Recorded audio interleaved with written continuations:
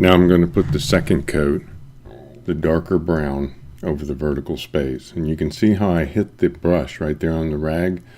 I do that a lot if I think that the brush has a little too much moisture, it's a little too wet.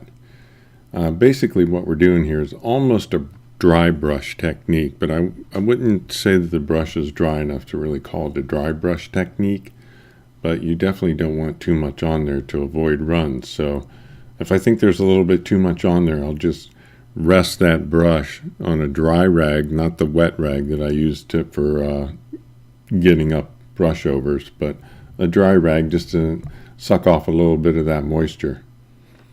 And then again, the vertical is easier than the horizontal. So you just want to work it the same way, back and forth, or up and down rather. And the other thing to consider is that with the horizontal center of the panel, it's dry.